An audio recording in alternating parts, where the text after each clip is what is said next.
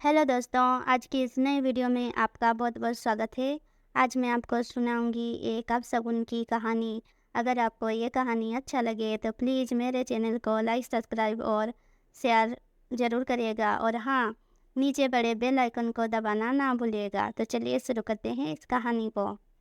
कमला को अपनी बेटी की शादी की चिंता खाए जा रही थी। वो कहते हैं ना, देनदार के लिए शुद्ध और माँ बाप के लिए बेटी की बढ़ती उम्र हमेशा ही चिंता का विषय रही है। यूँ तो उसकी बेटी सुंदर, सुशील, पढ़ी लिखी, अपने पैरों पर खड़ी थी, लेकिन पता नहीं कहीं भी बात नहीं बन पा रही थी। एक दिन उसकी एक पुरानी सहेली उससे मिलने आई। बातों ही बातों में कमला ने उसे अपनी समस्या बताई।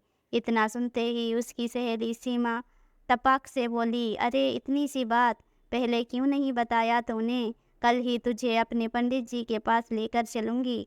बड़ी से बड़ी समस्या का समाधान है उनके पास। सुन कमला की चिंता पर राहत के कुछ छींटे पड़े।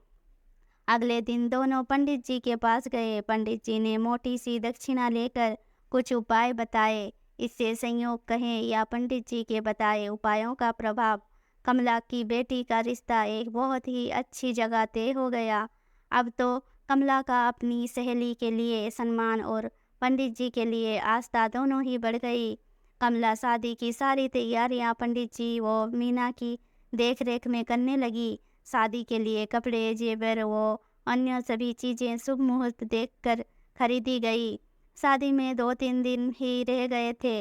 रिश्तेदारों ने भी आना शुरू कर दिया था। शादी में कमला की बड़ी बहन भी आई। उसे देखते ही मीना का माथा ठनक गया। कमला अपनी बहन को चाय नाश्ता करा। जब बाहर आई तो मीना बोली, कमला तूने पहले नहीं बताया कि तेरी बहन विधवा है। क्या बताऊं, जीजा जी तो बहुत पहले ही चल बसे थे। जीजी ने खूब दुखों से बच्चों को पाला, पर अब बेटा बहू खूब सेवा करते हैं इनकी। वो सब तो ठीक है, पर तू बुरा मत मानना। शादी के शुभ कामों में अपनी दीदी को थोड़ा दूर ही रखना।